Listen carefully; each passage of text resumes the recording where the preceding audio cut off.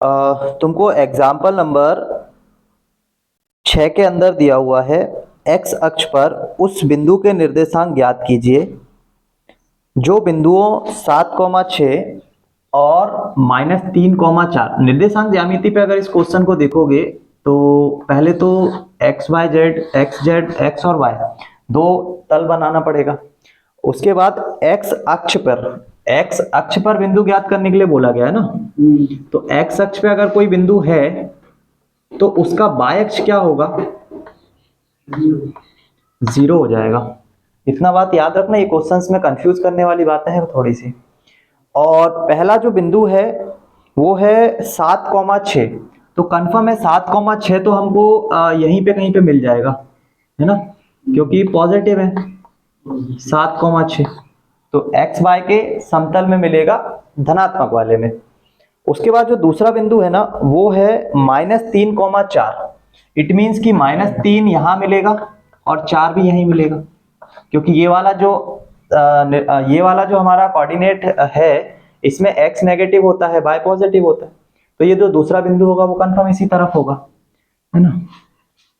ये बोल रहा है कि P x अक्ष पे एक ऐसा बिंदु ज्ञात करो जिससे इसकी दूरी और इसकी दूरी बराबर हो। समझ गए क्वेश्चन। कल मैंने दूरी का फॉर्मूला बताया था, r बराबर, ये 10वीं में भी पढ़ने को मिलता है, x2 माइनस x1 का होल स्क्वायर और y2 माइनस y1 का होल स्क्वायर। ये मैंने फॉर्मूला बता रखा है, ठीक। तुम्हें क्या करना है, इस पॉइंट को अगर नाम दे दें a और इस पॉइंट को नाम दे दें b, तो p से लेकर a की जो दूरी होगी वो p से लेकर b के क्या होगी, बराबर होगी। बात समझ में आ गई। तो हम लोग p से लेकर a की जो दूरी है, क्वेश्चन एग्जांपल नंबर है 6, उसको बराबर कर रहे हैं p से लेकर किसकी दूरी, b की दूरी। इतना याद रखना, जब अगर ये x अक्ष पे बोल रहा है तो उसका y कोऑर्डिनेट 0 होगा और y अक्ष पे बोल रहा है तो x कोऑर्डिनेट 0 होगा, ठीक है। थोड़ा सा इसमें कंफ्यूजन बस यही हो जाता है क्योंकि ये चित्र बनाना होता नहीं है, सिर्फ तुम्हें निर्देशांक दिए जाएंगे, डायरेक्ट तुम क्वेश्चन सॉल्व करना स्टार्ट कर दोगे। तो वहां पे इस p को एज्यूम करना जरूरी है कि ये p एक्चुअल में क्या होगा, है ना, p के जो निर्देशांक है वो क्या होंगे, वरना तुम्हारे पास यहाँ एक्स वाई में एक इक्वेशन आ जाएगा, तुम सॉल्व भी नहीं कर पाओगे, है ना। तो याद रखना क्वेश्चन में क्या चीज बोली गई है उसको अच्छी तरह पढ़ना है। तो p से a के बीच जब हम दूरी का फॉर्मूला लगाएंगे, तो मैंने कल ही बताया था कि इसमें आगे पीछे करने से कोई फर्क नहीं पड़ेगा, क्योंकि ओवरऑल बीच में क्या है, होल स्क्वायर लगा हुआ है दोनों का, तो वो प्लस माइनस से कोई फर्क नहीं पड़ने वाला। तो p से लेकर a में अगर लगा रहे हो तो x माइनस थ्री लगाऊंगा तो वो +3 हो जाएगा, उसका होल स्क्वायर, और बाय -4, इट मीन्स बाय और -4 और उसका होल स्क्वायर, ये बराबर होगा p से लेकर b, इन दोनों के बीच लगा लो तो x -7 उसका होल स्क्वायर, इस पे भी रूट आएगा, और इसके अलावा प्लस का मार्क लगेगा, और 0 -6 उसका भी होल स्क्वायर। यहां तक समझ में आ गया। इस रूट से ये वाला रूट क्या कर देंगे, कैंसिल आउट। उसके बाद इसका स्क्वायर ओपन कर लेंगे, एक्स स्क्वायर, 3 का स्क्वायर और 6x, यहां से कितना आएगा 16 is equal to x square plus 49 और माइनस का कितना 14x और प्लस का कितना 36। एक्स स्क्वायर से एक्स स्क्वायर कैंसिल, ये इधर आएगा तो 14 और 6 20x, 16 और 9 25, 25 को 36 में से माइनस कर दो, कितना बचेगा 11। x का वैल्यू आ जाएगा कितना 11 बटा, ये जो 11 बटा 20 है, यही वो निर्देशांक होगा जहां से इन दोनों बिंदुओं की जो दूरी होगी वो कैसी होगी, बराबर होगी, ठीक है। आंसर क्या है इसका, 2 मिनट रुको, आंसर 3 आ रहा है, कुछ गलत कर दिया क्या अपन ने। 4 का स्क्वायर 16, इस तरफ की साइड पे हमें जो मिलेगा वो मिलेगा x का स्क्वायर माइनस का 14x, उसके अलावा 49, अच्छा 49 भी आ गया, और उसके अलावा 36, ठीक है। बस 14 नेगेटिव है, बाकी सब पॉजिटिव है। k स्क्वायर आ रहा है, मतलब x square plus 6x plus 9 plus 16, ये भी ठीक है। एक तरफ 20 आ रहा है, एक तरफ 60 आ रहा है। अपन ने 49 को छोड़ दिया ना। हाँ, तो ये 49 और 11 जोड़ोगे तो 60 ही हो जाएगा ना। 60 को डिवाइड कर दोगे 20 से तो कितना आ जाएगा? 3 आ जाएगा। ठीक, तो x का वैल्यू 3। तो 3 वो बिंदु है जहां से इन दोनों की दूरियां क्या होंगी? बराबर होंगी। और तुम लोग अगर चाहो तो हिंदी में अपने मन से जैसे कुछ भी लिखना होगी, P से लेकर A की दूरी बराबर है P से लेकर B की दूरी, तो हिंदी में अगर लिखना है तो लिख सकते हो, है ना।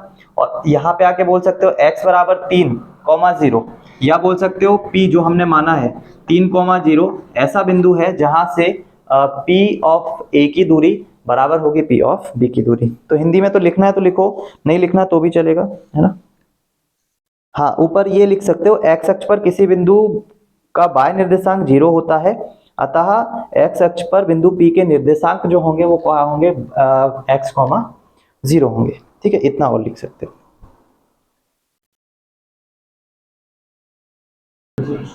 है ना। एग्जाम्पल नंबर 8 में कर लिया है क्या ये भी? चलो अच्छी बात है। हाँ, ये करें 10th में है। एग्जाम्पल नंबर 8 है जिसमें कि, तो अच्छा मैं समझा दे रहा हूँ, है ना। करने की जरूरत इसलिए नहीं है क्योंकि बहुत सरल क्वेश्चन है। बिंदु दिए हुए हैं और बिंदु के साथ बोला गया है चेक करो कि ये समद्विबाहु त्रिभुज के बिंदु हैं। समद्विबाहु त्रिभुज का मतलब क्या है? किन्हीं दो भुजाओं का जो मान आएगा वो कैसा आएगा? बराबर आना चाहिए। मतलब किन्हीं दो भुजाओं के बीच की जो दूरी है ना वो क्या आ जानी चाहिए? बराबर आ जाना चाहिए। समद्विबाहु त्रिभुज कैसा होगा? कुछ इस टाइप का होगा। समबाहु बोला है मतलब तीनों ही साइड एक जैसी आनी चाहिए ना।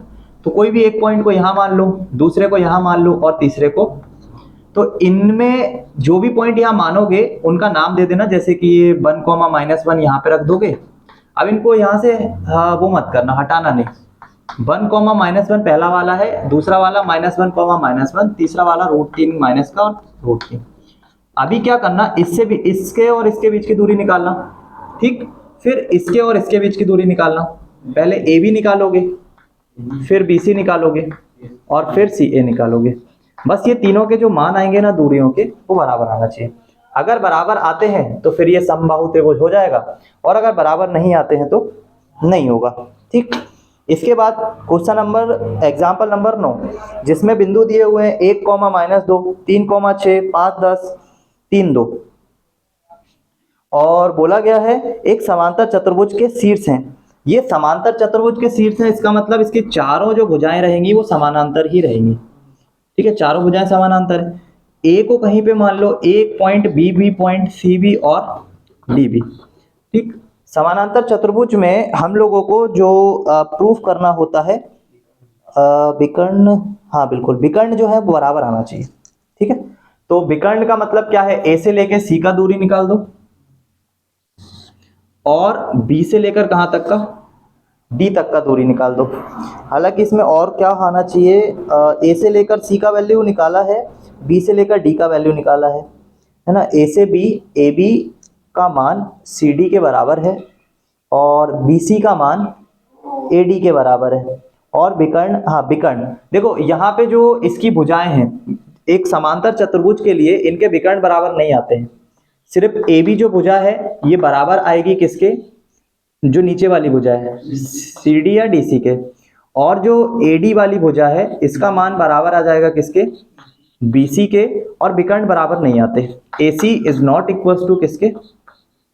बी डी के। तभी ये क्या होगा? एक समांतर चतुर्भुज होगा। ठीक है, तो बस ये कंडीशन याद रखना होता है इन क्वेश्चंस के लिए। सिर्फ ये कंडीशन याद रखना होता है कि समांतर अगर चतुर्भुज है तो क्या कंडीशन वो फॉलो कर रहा होगा, और अगर कोई भी ट्रायंगल एक समबाहु त्रिभुज है तो वो क्या कंडीशन फॉलो कर रहा होगा, और अगर कोई भी ट्रायंगल एक राइट एंगल ट्रायंगल है, समकोण त्रिभुज है, तो फिर क्या कंडीशन फॉलो कर रहा होगा। समकोण त्रिभुज में क्या होगा कि इन दो भुजाओं का जो दूरी आएगा वो इस तीसरी भुजा के वर्ग के बराबर होना चाहिए। मतलब कि पाइथागोरस थ्योरम अप्लाई होती है। इन दोनों बिंदु के बीच की जो दूरी यहाँ पे आएगी ना, उस दूरी का स्क्वायर इन दोनों की दूरियों के स्क्वायर के योग के बराबर होना चाहिए। तो फिर वो कैसा हो जाएगा? एक समकोण त्रिभुज हो जाएगा। ठीक है, अब हम लोग इसके नेक्स्ट टॉपिक पे चल रहे हैं।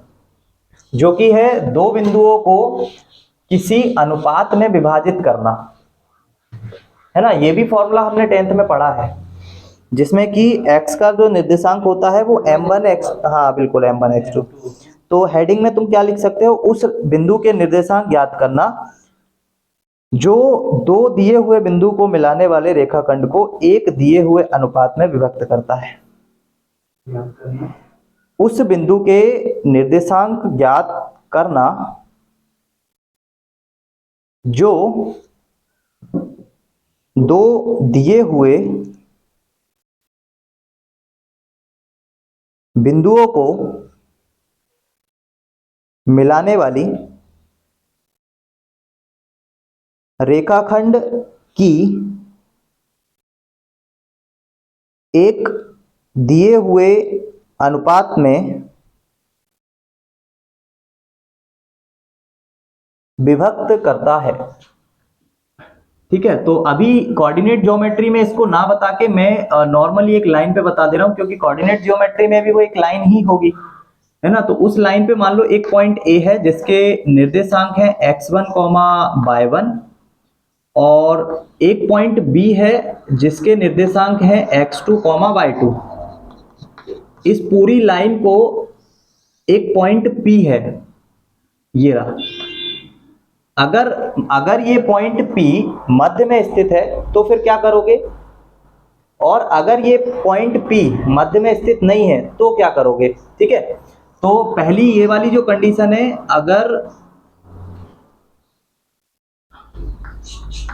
अगर बिंदु P मध्य में स्थित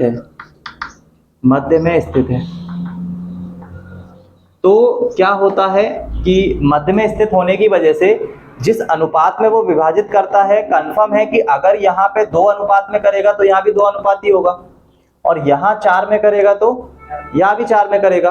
तो उस केस में क्या होता है कि जब ये बिंदु मध्य में स्थित होता है तो P का वैल्यू निकालने के लिए हमें m1 m2 की जरूरत नहीं पड़ती, बस x1 x2 को ऐड करो, 2 से डिवाइड करो, और y1 y2 को ऐड करो और 2 से डिवाइड करो, क्योंकि आखिरकार वो है तो मध्य बिंदु, और मध्य बिंदु है तो कंफर्म है कि उनका जो दूरियां हैं a से लेकर p की और p से लेकर b की बराबर होनी चाहिए, और बराबर होती है तो कोई भी बिंदु के जो कि मध्य में स्थित है उसके निर्देशांक निकालना है तो इस तरीके से निकाल सकते हैं। ठीक है, इनकेस ये बिंदु p कहीं ऐसी जगह पे स्थित है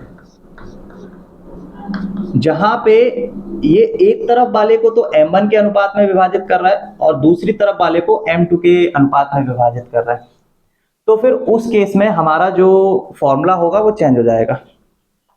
अगर बिंदु P मध्य में स्थित ना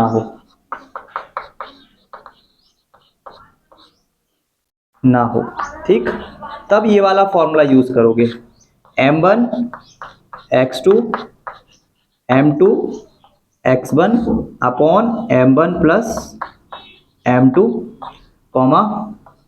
m1 by2 plus m2 by1 upon m1 plus m2। इस केस में हमेशा ये याद रखना, जब हमें ये अनुपात में विभाजित करके नहीं देंगे तो हम m1 m2 नहीं मानते हैं, भले ही फॉर्मूले में m1 m2 आ रहा है, बट मान लो कि तुमको इनने a के निर्देशांक भी दे दिए, b के भी दे दिए और p के भी दे दिए, और फिर ये पूछ लिया कि जो p है वो a b को किस अनुपात में विभाजित कर रहा है, तो वहां अनुपात हमेशा हम लोग k अनुपात 1 लेके चलते हैं, क्योंकि अगर हमने m1 और m2 ले लिए तो हमारा क्वेश्चन सॉल्व नहीं होता। k लेने से क्या होता है कि k का जो आंसर आता है वो हमेशा या तो 3 आएगा या k का मान 3/4 इस टाइप का आएगा। तो अगर ऐसा आता है तो हमें ये पता लग जाता है कि एक तरफ वो 3 अनुपात में विभाजित कर रही है पॉइंट P, और एक तरफ 4 अनुपात में कर रही है, और इनकेस अगर ऐसा वैल्यू आता है इसका मतलब ये होता है कि एक तरफ 3 अनुपात में विभाजित हो रहा है और दूसरी तरफ 1 अनुपात में विभाजित हो रहा है। ठीक, समझ गए। तो जब भी हमें पॉइंट्स के वैल्यू दिए रहेंगे तो अनुपात हमें k अनुपात 1 लेके चलना है, और इनकेस अगर दोनों अनुपात के मान दिए हुए हैं तो फिर हमें उन्हें m1 और m2 मान के चलना है, तो फिर हमसे वो p के पॉइंट पूछे जाएंगे। ठीक है, दोनों फॉर्मूले जल्दी से नोट डाउन कर लो, हो गए।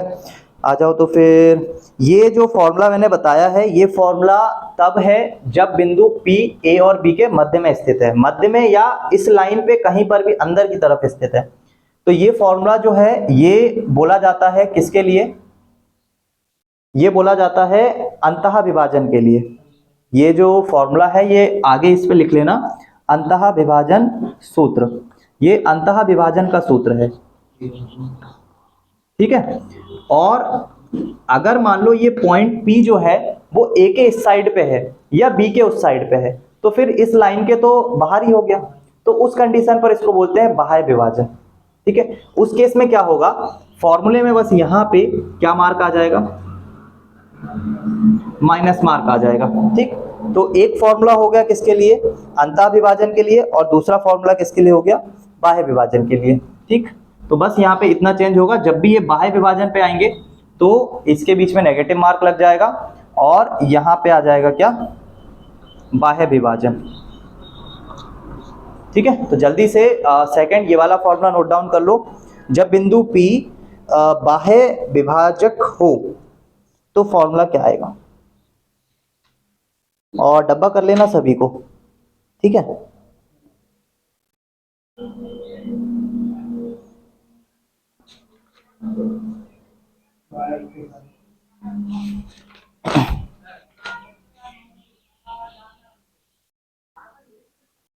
क्वेश्चंस मैं देते जा रहा हूं, जल्दी जल्दी करते चलो, सरल क्वेश्चन है।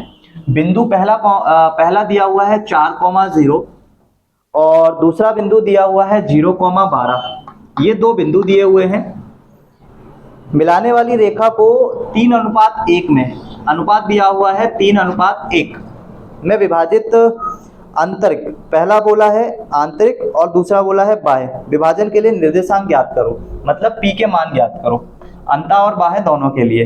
पहले बिंदु के निर्देशांक ये है A मान लो, ये है B मान लो, और अनुपात M1 M2 के मान दिए हुए हैं। P का मान निकाल दो दो बार, एक बार अंतः विभाजन के लिए और एक बार बाह्य विभाजन के लिए। करो जल्दी से, है ना। किसी वृत्त के व्यास के एक सिरे के निर्देशांक 3,5 है। अब ये क्वेश्चन ना, ये क्वेश्चन एक तरीके से समझने वाला क्वेश्चन है। एक वृत्त है और उसके व्यास का निर्देशांक दिया हुआ है, ये वाले पॉइंट का 3, दिया हुआ है, एग्जाम्पल नंबर 3 है ये, 3,5, ठीक है, ये दिया हुआ है इसका निर्देशांक, और एग्जाम्पल नंबर है ये 3, ठीक। एक व्यास का दिया हुआ है, व्यास मतलब जो रेखा कहाँ से जाएगी, हमेशा सेंटर से, है ना, वृत्त के व्यास के एक सिरे के तथा केंद्र के निर्देशांक दिए हुए हैं। केंद्र के जो निर्देशांक दिए हुए हैं वो दिए हुए हैं 6,6, 6,6। वृत्त के दूसरे व्यास के बिंदु के निर्देशांक बताना है ना। अब तुम्हें यहाँ दिख रहा होगा M1 M2 तो है नहीं, तो इधर पे M1 M2 की जरूरत पड़ेगी क्या, नहीं पड़ेगी, क्योंकि ये भी इसकी रेडियस है और ये भी इसकी रेडियस है। तो ये जो पॉइंट दिया है ये एक्चुअल में इनका मध्य बिंदु है, तो यहाँ पे फॉर्मूला कौन सा यूज करेंगे, मध्य बिंदु वाला। और उससे हम जो P के जो हम मान निकाल के लाते हैं, मान लो ये A का है, ये बिंदु O के निर्देशांक है, ये बिंदु P के होंगे यहाँ पे, या B के, तो ये जो बिंदु B आता है ना वो x, y ही आता है। तो इसमें फॉर्मूला यूज करते समय क्या करोगे, 6 को बराबर में लिखोगे, क्योंकि P के जो निर्देशांक निकालते हैं उसमें x y आता है ना, तो इस बार फॉर्मूला यूज करते समय 6 को बराबर में लिखोगे, 3 में x को ऐड करोगे और 2 से विभाजित, फिर एक बार 6 को इधर रखोगे और 5 में ऐड करोगे किसको, B के निर्देशांक को, मतलब y को, और बटे में कितना, 2। पहले वाले से आएगा 12 में से 3 जाएगा तो 9, और 12 में से 5 जाएगा तो आ गए दोनों निर्देशांक, आ गए, हाँ, ठीक है। तो समझ में आया क्वेश्चन, कर लोगे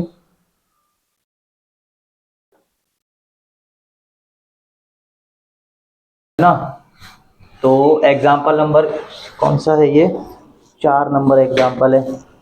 और बाय एक्स को अगर विभाजित कर रही है तो उस पॉइंट पे x का जो बिंदु होगा उसका वैल्यू कितना होगा, 0 होगा, ठीक है। और इन क्वेश्चंस को करते समय अगर थोड़ा सा बिंदुओं को बना के देख लोगे तो और अच्छा समझ में आ जाएगा। बिंदु 2,4 और दूसरा बिंदु दिया हुआ है -3,5 -3,5। तो निर्देशांक ज्यामिति में ये दोनों जो बिंदु होंगे 2,4 कन्फर्म है, एक्स अक्ष में 2 और वाई अक्ष में 4 यहाँ पे कहीं पे होगा, और -3,5 का मतलब है एक्स अक्ष में -3। ठीक है, ये एक बिंदु हो गया। दूसरा बिंदु -3,5, इट मीन्स कि यहाँ से थोड़ा सा आगे और ऊपर यहाँ पे। तो इन दोनों बिंदुओं को मिला दो, है ना, यही रेखा होने वाली है। ये रेखा इस वाई अक्ष को किस अनुपात में विभाजित कर रही है, वो बात तो ठीक है, किस अनुपात में विभाजित कर, इसके जो कोऑर्डिनेट होंगे जहां पे वाई अक्ष को कट कर रही होगी उस पॉइंट के निर्देशांक क्या होंगे, 0, जो भी है, ठीक है, 0,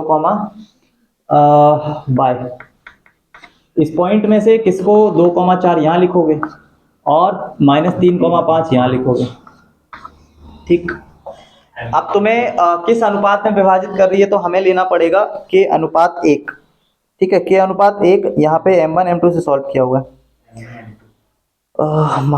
चलो, तो किसी एक से हम मान तो निकाल सकते हैं। मान लो कि x अक्ष में जब ये फॉर्मूला लगाएंगे x के लिए ओनली पॉइंट P में सबसे पहला बिंदु, माना जो अनुपात है, माना m1 और m2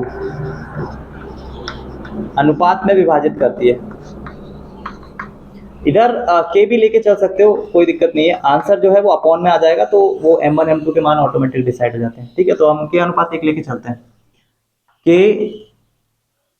अनुपात 1 में विभाजित करती है। ठीक, तो सबसे पहला जो पॉइंट है वो k है। इट मींस कि जिस अनुपात में उस पॉइंट को p का फॉर्मूला चलो इसको x के लिए लगाते हैं हम लोग। x is equal to m1 x2 m2 x1 upon m1 plus m2। इस x का वैल्यू तो 0 है तो हम 0 रख देंगे। m1 जो है यहाँ पे k का काम कर रहा है, और x2 जो है यहाँ पे किसी भी एक को x1 मान लो, तो x1 y1 हम उसको मान ले रहे हैं, x2 y2 इसको मान ले रहे हैं। तो x2 कौन है हमारे लिए, -3, और m1 का मान हमने 1 माना है, m2 का मान 1 माना है, उसके सापेक्ष x1 का मान 2 होगा। ये k + 1 तो 0 हो गया, k का मान आ जाएगा -3k + 2 बराबर 0। k बराबर आ जाएगा कितना, 2/3। ये k बराबर 2/3 आया ना, इसका मतलब ये है कि 2/3 का मतलब 2:3 में विभाजित कर रही है। मतलब m1 का मान 2, m2 का मान 3, m1 का मान 2, m2 का मान 3। तो k अनुपात 1 लेकर चल सकते हो, कोई प्रॉब्लम नहीं है। अब चलो y के लिए। अब y के लिए जाते समय तुम्हें m1 m2 के मान मिल गए ना, तो y के निर्देशांक आ जाएंगे। y बराबर लिखोगे m1/2 m2/1 और m1 प्लस m2। ये तो दिख रहा है ना, ये पॉइंट अंतः ही विभाजन कर रहे हैं, बाहर नहीं कर रहे हैं। तो फॉर्मूला y का मान, m1 का मान कितना मिल गया तुमको 2, y2 का मान कितना बोलोगे 4 नहीं 5, फिर m2 का मान कितना मिल गया 3, और y1 का मान कितना मिल गया 4। m1 प्लस m2 का मतलब 5। y का मान कितना आ जाएगा, 5 दूनी 10, 4 तिया 12, 10 और 12 22, 22/5 क्या आ जाएगा y का मान। y का पूछा है क्या इसमें, नहीं पूछा, y का पूछा ही नहीं है, सिर्फ यही क्वेश्चन यही खत्म हो गया है ना। हालांकि ठीक है, y का निकाल भी लोगे तो आ जाएगा। तो करो जल्दी से इसको। हाँ, त्रिभुज के केंद्रक, नेक्स्ट हेडिंग आ जाओ, त्रिभुज के केंद्रक। त्रिभुज के केंद्रक नेक्स्ट हेडिंग। तो कोई भी त्रिभुज है उसके जो सेंटर के निर्देशांक होते हैं उसको निकालने के लिए x1 x2 plus x3 upon 3 and y1 plus y2 plus y3 upon 3, ये हो जाएंगे उसके सेंटर के निर्देशांक। ठीक है, तो ट्राइंगल के अंदर जो केंद्रक होगा उसके निर्देशांक कुछ इस तरीके से निकाल लेते हैं। बट हमें अगर मान लो x1 x2 x3 के वैल्यू डायरेक्ट नहीं दिए हुए हैं, जी के निर्देशांक मतलब ये देंगे, है ना, पॉइंट P। तो ये तो फॉर्मूला हो गया त्रिभुज के केंद्रक के निर्देशांक निकालने के लिए। इनकेस अगर नहीं दिए हुए हैं, मान लो किसी त्रिभुज में पॉइंट्स दिए हुए हैं, तो हमेशा ये चीज याद रखना पड़ेगा कि ये जो लाइन हम लोग यहाँ पे ड्रॉ करते हैं, यहाँ से यहाँ ड्रॉ करेंगे, यहाँ से यहाँ ड्रॉ करेंगे, यहाँ से यहाँ ड्रॉ करेंगे, तो ये लाइन हमेशा इसको 2:1 में विभाजित करती है। अब आप चाहे ऊपर वाली लाइन की बात कर लो, चाहे तिरछी वाले की, किसी भी लाइन की बात कर लो, ये सेंटर को, इस केंद्र को हमेशा किस अनुपात में विभाजित करती है? 2:1 में। फिर मान लो ए के निर्देशांक दिए हुए हैं x1, y1 और बी के निर्देशांक दिए हुए हैं x2, y2 और सी के निर्देशांक दिए हुए हैं x3, y3। तो उस केस में तुम क्या करोगे?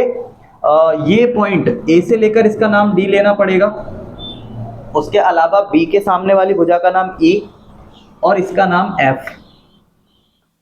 ठीक है, इनमें क्रमशः फॉर्मूला यूज करो, ए से डी के बीच में करो, जिसमें कि तुम्हारे पास ए के निर्देशांक दिए हुए हैं, लाइन जिस अनुपात में विभाजित हो रही है वो भी दिए हुए हैं, और थोड़ा सा इसमें इतना और याद रखना, जैसे हम डी के निर्देशांक निकालने जाएंगे, डी के निर्देशांक, तो डी के निर्देशांक हमेशा इस जो पॉइंट डी है इसको माना जाएगा कि ये इन दोनों के मध्य में स्थित है। तो डी के निर्देशांक जो होंगे वो हो जाएंगे x2 plus x3 upon 2 and y2 by3 upon 2। फिर इसी प्रकार ई के निकालोगे तो क्या आएंगे? ई के आ जाएंगे x1 plus x3 upon 2 and y1 plus y3 upon 2। फिर ऐसे ही ई के बाद f के निकालोगे, वो क्या आ जाएंगे? x2 और x1 बटे में 2 और y1 और y2 अपॉन में 2। अब इनके बीच में, सेंटर के बीच में फॉर्मूला लगा दो, इन दोनों के बीच की दूरी का अनुपात, दूरी का फॉर्मूला जिसमें कि 2:1 हमें दिया हुआ है, इन दोनों के बीच दूरी का फॉर्मूला जिसमें अनुपात दिया हुआ है, और इन दोनों के बीच की दूरी का अनुपात जिसमें फॉर्मूले में दिया, और उन तीनों को आपस में क्या कर दो? जोड़ दो। एक्स एक्स वालों को एक तरफ, वाई वाई वालों को एक तरफ। पूरा डिटेल में लिखना है क्या? लिखना है, लिख लो, जल्दी से लिख लो।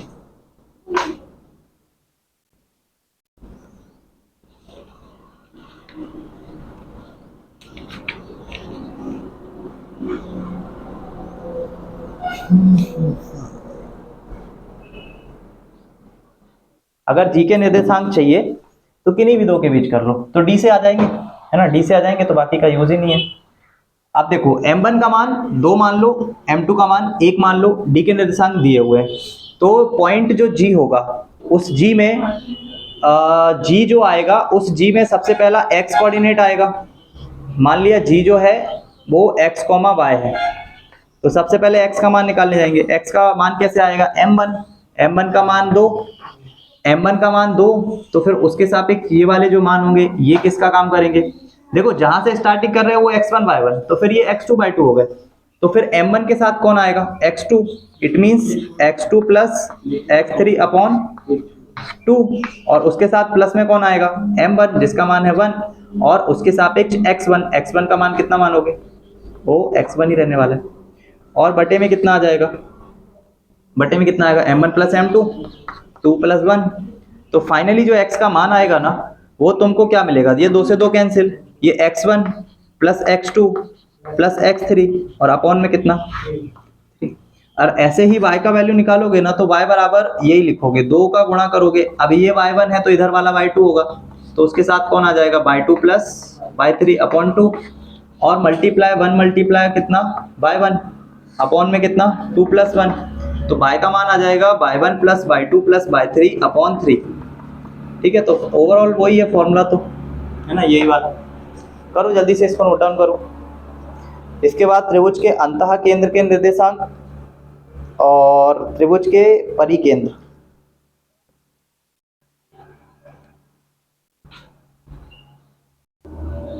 त्रिभुज का अंतः केंद्र और अंतः केंद्र के निर्देशांक।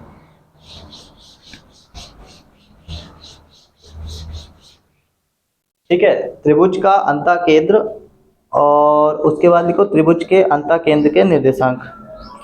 जहाँ पे इस पॉइंट, इस वाले त्रिभुज में क्या है कि सारी की सारी जो साइड्स है उनके वैल्यूज तो दिए हुए हैं,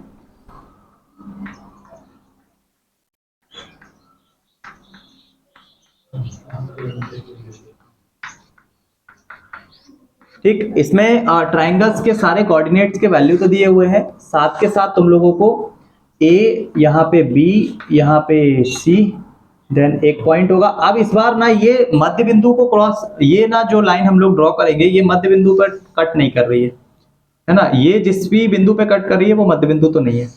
और फिर ऐसे ही तीनों एक्सिस को मिलाएंगे। तो यहाँ पे मान लो ये F है, ये D है, ये E होगा। तो यहाँ से यहाँ का जो दूरी है ना वो दिया हुआ है A, इसके निर्देशांक x1, y1, इसके निर्देशांक x2, y2 और इसके निर्देशांक x3, y3।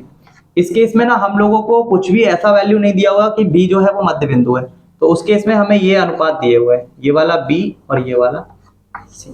ये स्मॉल b एंड c है, हम लोगों ने कैपिटल बी सी ले रखे हैं। तो यहाँ जो अंतः केंद्र है, अंतः केंद्र को नाम दे रखा है O।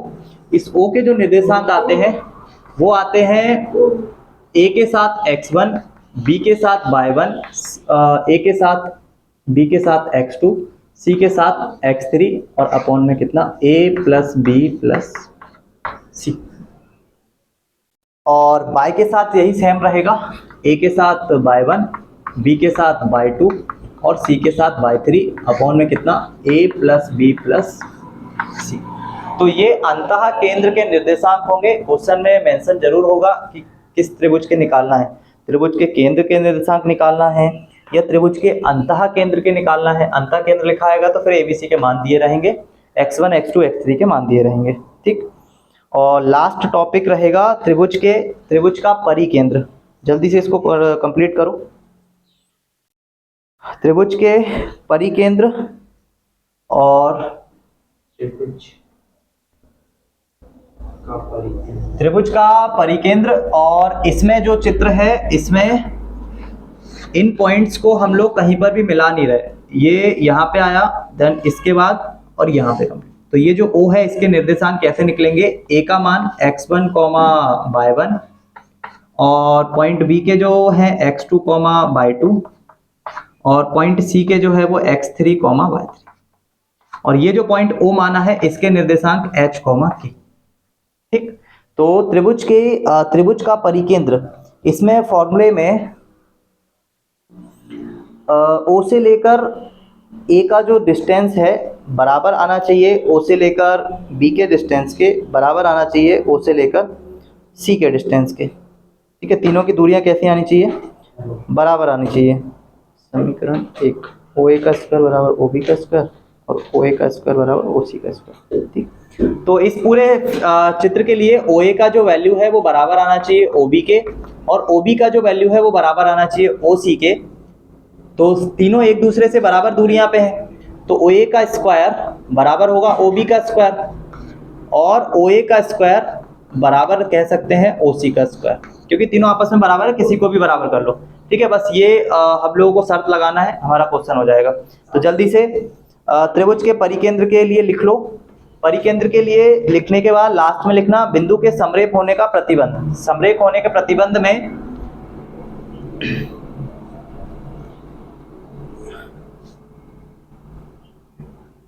A का कुछ वैल्यू दिया जाएगा x1, y1, B का कुछ वैल्यू दिया जाएगा x2, y2, C का कुछ वैल्यू दिया जाएगा x3, y3। अगर बिंदु समरेख हैं, बिंदु समरेख हैं तो कंडीशन क्या है कि AB का बीच का दूरी और BC के बीच की दूरी बराबर होना चाहिए CA के बीच की दूरी। ठीक है, AB के बीच की दूरी प्लस BC के बीच की दूरी बराबर होना चाहिए CA के। एक तरीके से वो पाइथागोरस प्रमेय टाइप का। ठीक है, तो ये कंप्लीट हो गया यहाँ तक का। अब हम लोग स्टार्ट करते हैं क्वेश्चंस को। एग्जाम्पल नंबर देख लो, बन दिया हुआ है, त्रिभुज के केंद्र निकालना है जिसमें कि शीर्ष दिए हुए हैं 4, 3, -3, 5, 4, 3, -3, 5 और दिए हुए हैं 2, -3। बता दो त्रिभुज के केंद्र के निर्देशांक क्या होंगे। इसके त्रिभुज के केंद्र के निर्देशांक बता दो जल्दी से।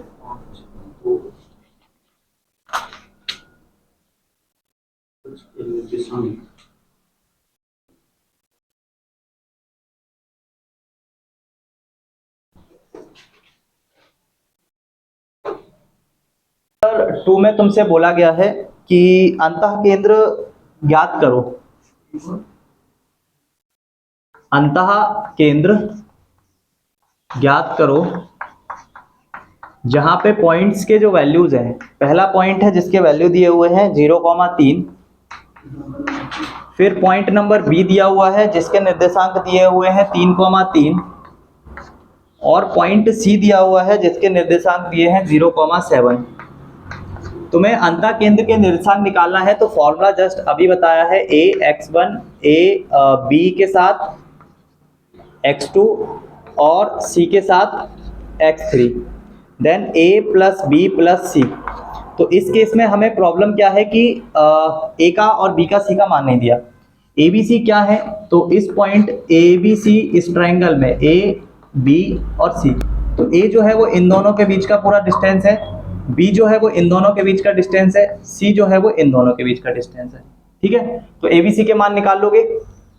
a जो होगा स्मॉल वो बराबर होगा ए बी के, it means under the root जो भी इनके बीच फॉर्मूला लगेगा। b जो बराबर होगा वो बराबर होगा बी सी के, इट मीन्स बी सी के बीच का दूरी, और c जो बराबर होगा वो बराबर होगा ए सी के और इनके बीच की दूरी। फिर उस फॉर्मूले में ए बी सी के मान मिल गए, x1 x2 x3 के मान दिए हुए हैं, तो क्रमशः इनके वैल्यूज निकाल सकते हो, है ना। यहाँ पे कौन आएगा y1 b के साथ y2 और c के साथ y3 और अपॉन में a प्लस बी प्लस सी। कर लो इसको भी, ठीक है। फिर लास्ट टॉपिक बच रहा है हमारा बिंदुपथ, उसको कल की क्लास में खत्म करके, और अगर तुम्हारा मन करे तो एक्सरसाइज करने लग जाना, ठीक है, क्योंकि क्वेश्चन, अरे यार है क्वेश्चन है, बहुत है बिंदु, अरे लेकिन प्रॉब्लम ये है सारे बिंदुपथ के ही हैं, ठीक है। तुम्हारे को इन जितने भी अभी मैंने टॉपिक पढ़ा है ना, इनसे रिलेटेड क्वेश्चन नहीं है, ना तो इन पे एनसीईआरटी डला है ना, जितने भी अभी तक बता रहा हूँ एक पे भी एनसीईआरटी नहीं है, और एक में भी ये क्वेश्चंस हैं नहीं, तो मुझे लग नहीं रहा इस बार शायद ये हैं तुम्हारे सिलेबस में, एनसीईआरटी नहीं डला ना इन पे एक पे भी। और